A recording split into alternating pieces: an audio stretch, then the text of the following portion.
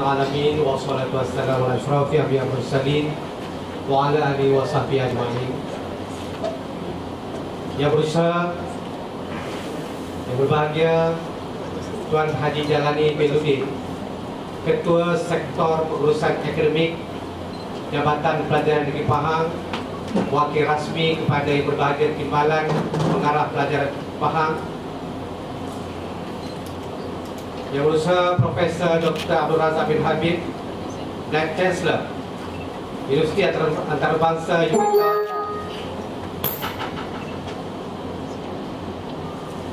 Membantu Profesor Dr. Zaidah binti Mustafa, Dekan Fakulti Pendidikan dan Sains Sosial Universiti Antarabangsa UMITA,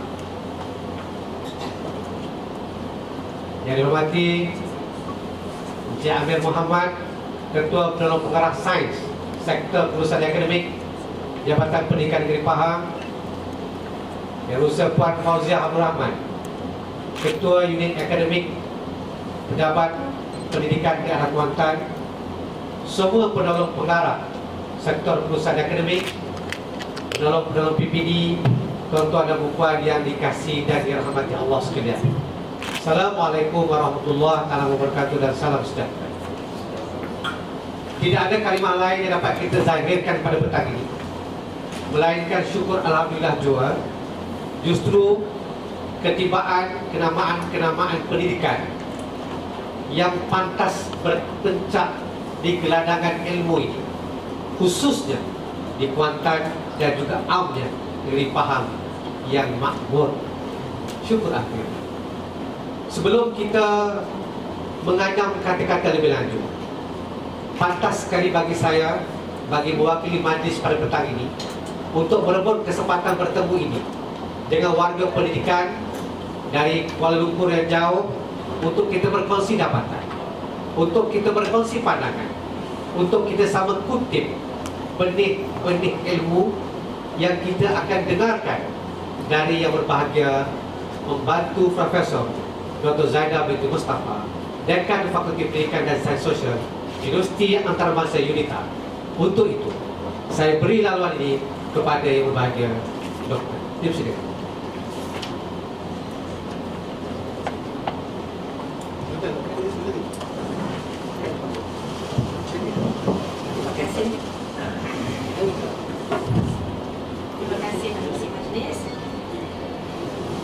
Yang saya hormati saudara saya Tuan Haji Jalani, Profesor Abdul Razak Habib, Vice Chancellor UMITA International University, saudara saya Encik Amir yang bersama saya selama 3 tahun dalam 4 tahun pun dalam program transformasi program, pegawai-pegawai daripada JPN, PPD, rakan-rakan yang saya kasihi daripada sekolah, sama ada pentadbir sekolah ataupun guru-guru.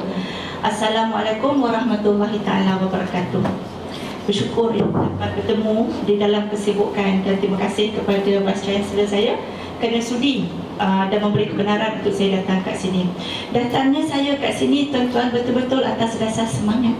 I don't have to do this, I don't have to come at all. Sebab saya dah bersara daripada Kementerian Pelajaran Malaysia. Saya mengambil bersara awal di usia 51 tahun.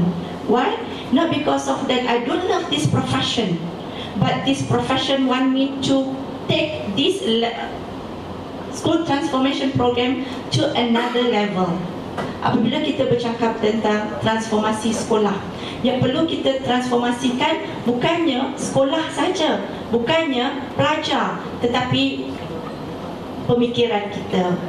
Jadi dalam kesempatan ini, kalau kita bercakap tentang, kalau saya diminta bercakap tentang petua mengajar berimpak tinggi, itu bukan satu masalah besar pada saya. How to champion students learning and teaching like a champion, bukan juga satu masalah yang sukar untuk saya. I love that topic. How to create innovative ataupun how to develop innovative and creative thinkers pun tak jadi masalah. Yang menjadi masalah kepada saya sebenarnya tuan-tuan dan puan, bersama Cik Amir dan rakan-rakan di seluruh JPN di Malaysia ini adalah bagaimana untuk membuat demonstrasi mengajar resepi membuat masakan dan mengadun masakan itu mengikut cita rasa dan kesesuaian pemikiran kami, tetapi mampu dicanai dan ditambah atau dikurangkan resepinya oleh guru-guru. Saya rasa sangat kasihan apabila saya membaca Facebook. Tahun inilah Cik Amir baru ada Facebook. Bulan inilah sebenarnya, saya baru sebulan pun bersara. Bulan inilah sebenarnya baru nak berFacebook, ada masa nak berFacebook. Masa duduk di kementerian dulu, bulan yang lepas, tak ada masa nak berFacebook. Bangganya saya apabila saya tengok Cik Amir dan rakan-rakan meneruskan perjuangan itu.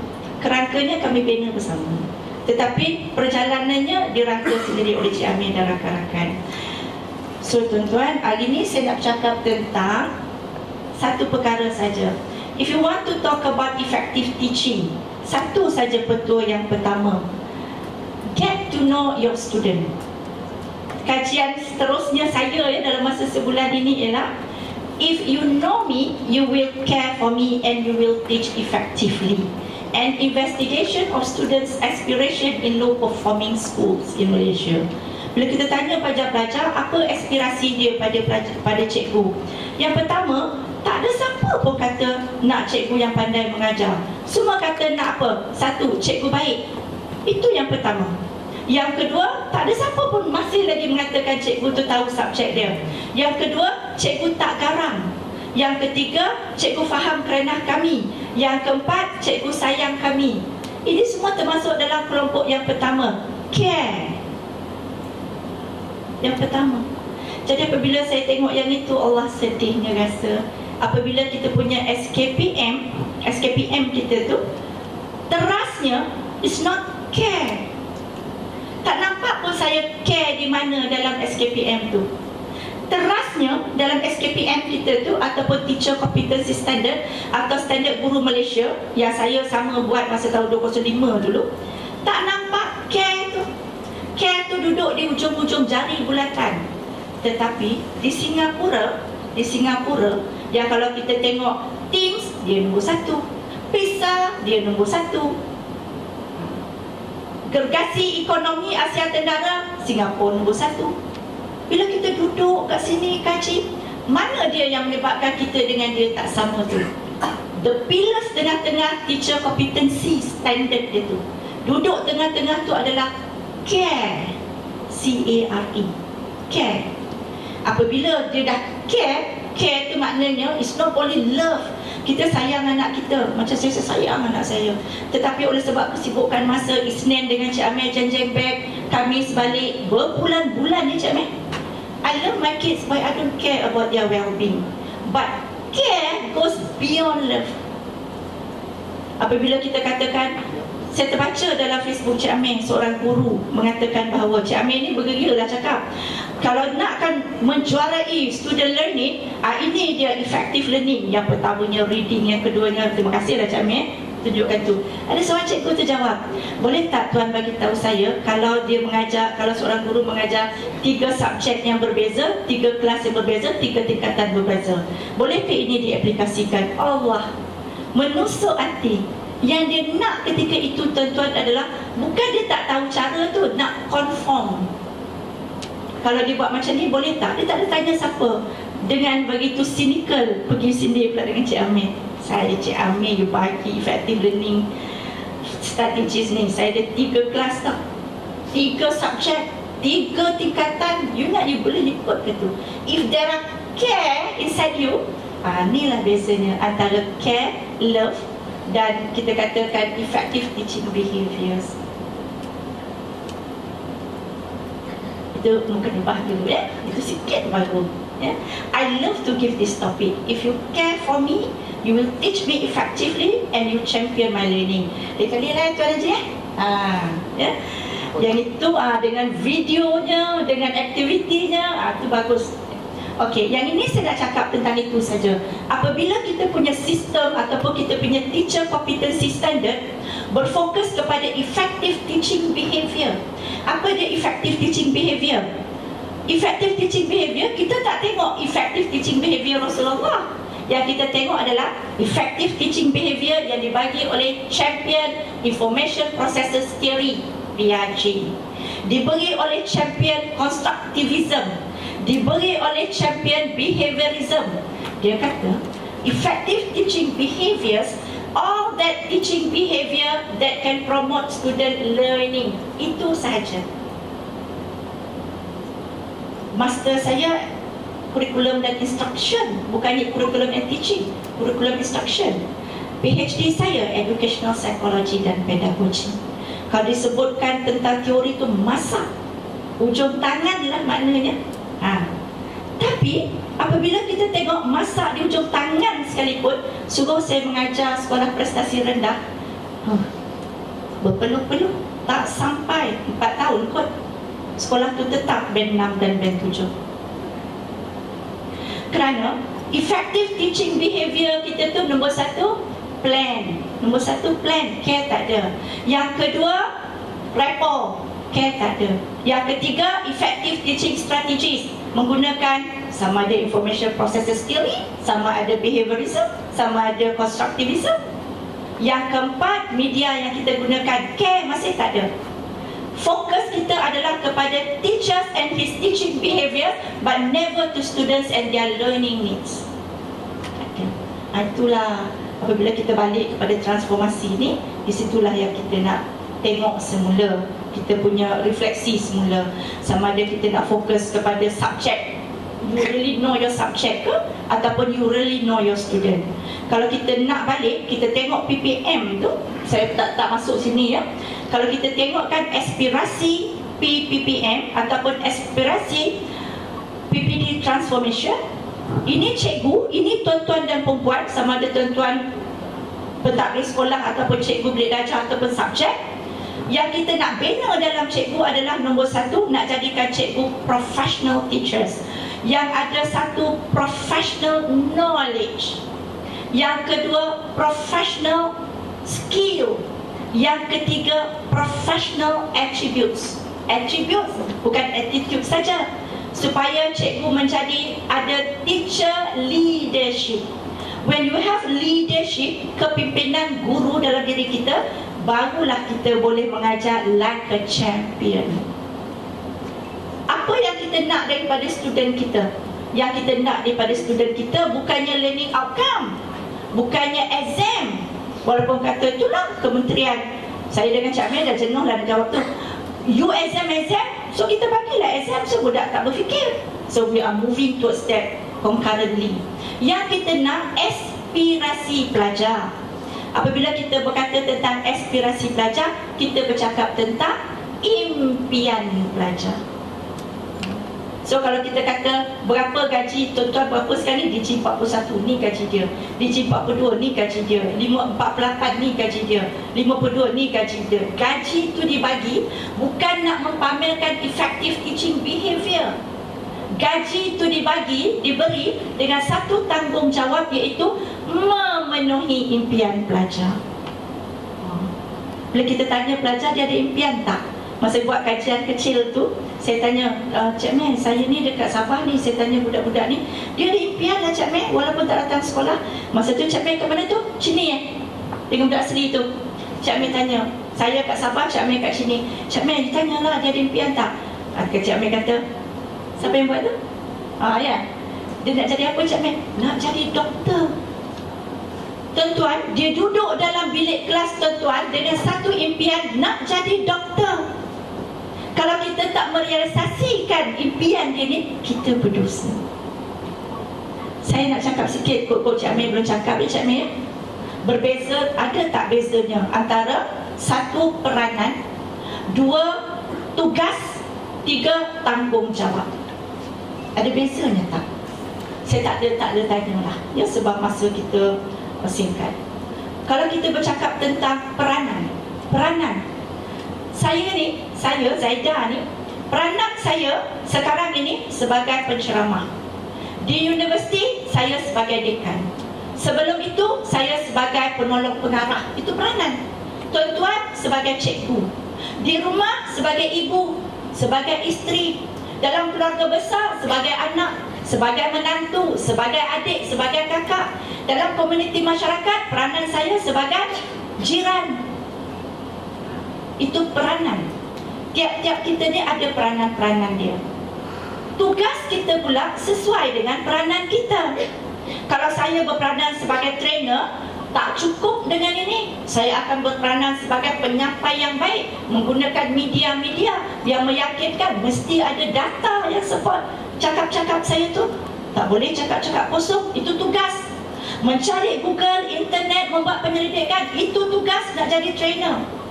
Kalau di rumah saya seorang ibu, sedap. Kalau saya menjadi seorang ibu, apa tugas? Tugas pertama, mesti bangun sebelum suami dan anak bangun. Tugas yang kedua, pastikan anak yang bangun tadi semayang. Tugas yang ketiga, pastikan baju dah gosok. Yang keempat, dia dah minum. Yang kelima, dia berpakaian sekolah. Yang keenam, suami dah elok hantar kat sekolah. Barulah buat kerja saya pula. Balik daripada kerja, kalau dulu duduk di Putrajaya, bolehlah balik jam 1:30 sampai rumah. Ni jauh sikit, Prof. Maghrib tu kadang dekat stesen kereta api lah, Prof. So, tetapi tugas tetap jalan. Boleh ke saya kata, ya Allah, mak penat lah? Boleh tak? Tak boleh. Cikgu banyak kerja. Tak boleh. Itulah cikgu nak key in data. Saya pun buat balik kerja. Boleh ke saya kata, mak banyak kerja ni, buat lah, kau buat sendiri? Tak boleh. Sebab tugas. Mak nak buat homework, duduk dulu, mata tak boleh buka pun buka. Sebab itu tugas. Malam tu gosok baju dia, pastikan dia dah minum susu ke, makan pil vitamin C ke, itu semua tugas. Kerat. Bagi makan, saya tak masak, tapi tetap pastikan anak makan. Kerana tanggungjawab saya adalah untuk memastikan, to ensure suami dan anak-anak saya seronok dan bahagia duduk kat rumah. Dia tak ada nak pergi keluar-keluar, daripada kecil sampai ke besar. Syukur anak jantan saya, anak lelaki saya yang cukup handsome itu, diberi sebuah kereta sport kat ayah dia. Balik daripada asrama ataupun universiti dia, tetap berada di rumah. Nak berjalan pun ada tujuan. Jadi tuan-tuan, macam itulah kita sebagai seorang guru. Kalau kita sebagai seorang guru, tugas peranan kita, kitalah pengajar, kitalah penasihat, kitalah ibu, kitalah bapa, kitalah kawan, kitalah pendisiplin, kitalah kaunselor. Tugas kita, kitalah buat soalan, kitalah pendisiplin, kitalah ketip kertas. Kok kita tengok anak kita tu bergeria nak pergi main bola dekat sekolah sana tu, kitalah penghantar dia pergi, macam kita hantar ke tuition tu. Boleh tak kita kata kita letih? Itu tugas. Kerana kita sedar tanggungjawab kita adalah supaya dia rasa seronok berada dalam bilik darjah kita, seronok dengan kita. Itu tanggungjawab. Jadi tuan-tuan, kalau kita sedar yang itu tanggungjawab itu, saya berkali-kali katalah, saya mengajar kat sini dulu kot, dekat Maktab Teruntung ni. Sebelum tu di Sekolah Menengah Air Putih. Di Sekolah Menengah Air Putih itulah saya ada beberapa kawan lah ya. Kawan kata, baik kita mengajar betul-betul. Masa tu siapa yang tak tahu Sekolah Menengah Air Putih dan tahun 1990-an tu kan? Dengan Mr. Kwa, ya, yang dikatakan budak-budak Cina ramai kat situ. Lepas tu kadang-kadang bergaduh-gaduh sikit. Dia kata tak boleh, kita mesti mengajar betul-betul. Sebabnya kita jangan panggil-panggil budak ni dengan gelaran-gelaran. Saya kata, kenapa Kak? Saya ingat lagi Kak Alwiah yang bercerita dengan saya. You tahu tak, ada seorang cikgu tu, dia mengandung, dia bergaduh. Saya tak ingat sekolah mana, sekolah lambing ke sekolah mana, aku tak ingat. Dia kata dia bergaduh dengan anak murid dia sekolah rendah, anak murid dia India. Bergaduh, sebab dia mengandung, dia penat. Agaknya budak tu nakal. Dalam bergaduh-gaduh tu, budak India tu cakap apa? Dia kata, cikgu, kalau saya tak ada salah, anak cikgu cacat. Di Sekolah Menengah Air Putih tu lah. Ya ke Kak? Cacat tak? Dia kata masa budak tu lahir okey. 2 tahun okey. 3 tahun budak tu tak boleh bercakap. Tuan-tuan dan perempuan, budak murni hati dia. Apalagi kalau kita panggil dia dengan panggilan nama. Nombor 1, saya tanya dengan budak lah ya, duduk Unita ni sedap sangat. Sepanjang saya duduk dengan Cik Amir, mana-mana saya pergi, banyak kita pergi Sabah ya Cik Amir ya, mesti ada questionnaire saya bagi budak. Jika ada 5 perkara yang cikgu buat kamu rasa tak adil, apakah 5 perkara tersebut? Nombor 1, cikgu marah saya, cikgu cubit saya, cikgu, itu semua divideokan. Yang kedua, yang paling banyak sekali budak jawab, cikgu tak pedulikan saya. Dalam bilik darjah, you tak ada memandang mata dia dengan pandangan ihsan. Apabila budak terasa hatinya, apalagi dah lah tak pedulikan, dia takut pula masuk dalam bilik darjah sebab kita garang. Semua itu adalah, kita katakan, dosa kita pada dia, kifarah kita pada dia. Pernah tak kita keluar, cikgu minta maaf ya, siapa yang terasa dengan cikgu tadi, cikgu minta maaf ya, cikgu lambat masuk tadi sebab besar panggil cikgu. Halalkan ya. Macam sekolah Tabuan Jaya tu, dia latih guru besar dia. Dah pergi kan Cik Men? Dah pergi sekolah Tabuan Jaya kan? Bos bawa. Boleh cerita lebih panjang lagi pasal Cikgu Aliyah tu kan? Cikgu Aliyah tu, dia ajar tiap-tiap cikgu dia, nombor 1, minta maaf dengan budak. Jangan ada dosa. Sebabnya kalau cikgu berdosa dengan budak, ajaran cikgu, cikgu jangan berdosa dengan budak, budak jangan berdosa dengan cikgu. Saya beritahu Puan Aliyah. Tambah sikit lagi Puan Aliyah, konsep kifarah. Konsep kifarah ni ialah, dosa kalau kita dekat dunia ini dengan siapa saja, terutama kalau kita ni dengan kawan sekerja, dengan budak yang banyak kita buat dosa. Tuan-tuan mungkin taklah, macam saya dulu, tak mempedulikan budak, tidak memplan mengikut kehendak budak, itu satu dosa. Kalau dia dapat balas apa yang kita buat di dunia ini, habis. Tapi kalau kita dia tak dapat balas, itu yang susah ya? Konsep kifarah ini ialah, satu-satunya Nabi yang boleh bercakap langsung dengan Allah adalah Nabi Musa. Apabila dia nak bercakap dengan Allah satu ketika, Allah titahkan dia pergi ke gunung Tur Sina ya, dan Allah kata pandang saja apa yang ada kat bawah itu. Mula-mula dia melihat seorang lelaki tua minum air kat situ langsung tertidur. Kemudian dia nampak seorang pemuda yang gagah perkasa minum air kat situ, tertinggal uncang emasnya dan dia pun berlalu dengan kudanya. Kemudian dia nampak seorang budak kecil datang minum kat situ, nampak pula duit tertinggal dan orang lelaki tidur, dia ambilnya duit itu. Kemudian dia nampak pemuda yang tangkas dengan kuda tadi datang semula kat situ, bertanya kepada lelaki yang orang Negeri Sembilan kata pisat-pisat bangun tu, mana duit dia? Dan dikatakan tak nampak, tak tahu, dibunuhnya orang tua itu. Dan apabila pemuda itu berjalan dengan marahnya, kudanya masuk lubang, jatuh dan mati. Kemudian Allah menjelaskan bahawa itulah dia konsep kifarah. Sesungguhnya bapa kepada ayah kepada orang tua tadi pernah membunuh dan mencuri duit budak kecil itu. So budak tu dapat semula duit dia. Itulah ya.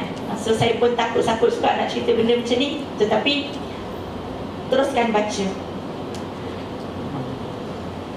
Ayah kepada orang tua tu tadi pernah membunuh ayah kepada pemuda tu tadi.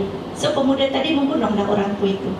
Apabila saya dah lama tu, anak saya pun dah darjah 6, darjah 7, sekolah dekat belakang Tok Sira tu, sekolah apa? Convent kan? Asunta. Mak dia tu, kakak kan, cikgu kakak tu, kakak tak tahu lah kenapa. Kakak angkat tangan, orang lain kat tangan, dia panggil. Kakak angkat tangan, dia pun tak tahu je. Sebab saya pernah buat macam tu dulu. Punya sakit hatinya dengan budak tu. Saya cakap lain, dia jawab. Saya kata dengan budak tu, saya tak nak tegur awak. Selama setahun ni, saya tak nak tegur kenapa. Alah cikgu tu gini-gini, betul saya tak tegur. Betul dia nak ambil hati saya, budak. Kalau cikgu tak bagi perhatian pada budak, budak rasa sangatlah sendunya ya? So dia kata, cikgu, saya tak peduli. Cikgu, saya tak peduli. Betul lah. Memang sampai tahu saya tak pedulikan dia. Anak saya kata, mak, cikgu tak peduli pun saya. Sekarang tuan-tuan, kepedulian itulah anak kepada care. Kalau kita ikut Singapura ya, dia punya fokusnya adalah care. Di mana Singapura sekarang? Sini. On top. Sini. Yang ini excellent, yang sini good, yang ini fair, yang ini poor, yang ini duit yang dibelanjakan. Singapura duduk kat sini excellent. Dalam peksa apa pun dia memang budak dia excellent. Berapa dia belanja? dia belanja antara 4,000 ke 5,000 USD saja. New Zealand belanja banyak itu duduk dalam fare je. Ni apa ni, Hungary belanja banyak itu duduk dalam good saja. Kita tengok lagi siapa yang excellent lagi. England lagi banyak dia belanja 5,000 ke 6,000. Singapura taklah sampai macam tu. Dia belanja Singapura sini. Singapura belanja 5,000 ke 6,000 USD bagi seorang budak setahun. England pun kalah. Slovenia pun kalah. Israel untuk guru dia pun kalah. Bercakap tentang Singapura ni kan, dia kecil je. Apabila Profesor Dr. Noraini, Profesor Datuk Dr. Noraini Idris ketika itu membuat research bersama saya, A Comparative Study of Teacher Education among Malaysia, Singapura dan beberapa buah negara lagi. Dia pergi kat Singapura, dia tanya rakan-rakan di Singapura, macam mana Singapura boleh macam ni? Macam mana ekonomi Singapura boleh tinggi daripada semua negara Asia Tenggara? What is your export? Dia jawab satu saja. We don't export commodities like Malaysia, but we export R&D product. We export ideas. Bukan untuk guru dia ke ni, Israel ni? Orang Israel pun bila kita bercakap dengan dia, what is your export? Dia tak kata we export commodity, we export R&D product. We export ideas. You just open your eyes every day. Lapar malam ni kan pergi KFC. Bukan dia punya ke? Lapar sikit kan pergi McDonald. Nak pakai seluar jean, dia buat juga Levi's. Dahaga minum air Pepsi Cola. Anak nak pakai bedak Johnson & Johnson. Rasa nak makan tapai dengan aiskrim. Wow, everything. From where? Education. Tapi tak apalah juga, Malaysia tak apalah, Malaysia ni good lah, fair. Taklah malu sangat ya. Belanja pun 1,000 ke 2,000 je. Duduk kat sini, fair. Bandingkan dengan negara lain ya. Brazil umpamanya, belanja macam kita, duduk kat bawah. Colombia, belanja macam kita, duduk kat bawah. Tapi nak tahu juga satu, mungkin tuan-tuan nak tengok ya. Satu yang saya nak bagi tengok, tak ada kat sini. Nak tengok negara Arab yang kaya tu, banyak mana dia belanja, di mana dia. Ada lagi ni yang saya tak masukkan. Okey, Kuwait, kat mana tu Haji? Kuwait. Tengok, Kuwait pun belanja sama dengan Singapura, 5,000 ke 6,000, tapi poor. Itu sebabnya kita dalam transformasi PPD ni, kita punya student aspirasi adalah creative and innovative thinking. Terpaksa. Okey, next Jamek. Okey. Pengajaran dari Finland. Guru sebagai kerjaya pilihan. Itu sebabnya saya dengan Prof pergi meeting ya, Prof di KPM. Boleh tak kita buat open system? Open system tu maknanya siapa nak jadi cikgu jadilah. Daripada universiti mana pun jadilah. Tapi apabila nak ditempatkan nanti, Tuan Haji yang akan tentukan siapa cikgu dia nak. PPD yang tentukan apa subjek cikgu nak, dia nak.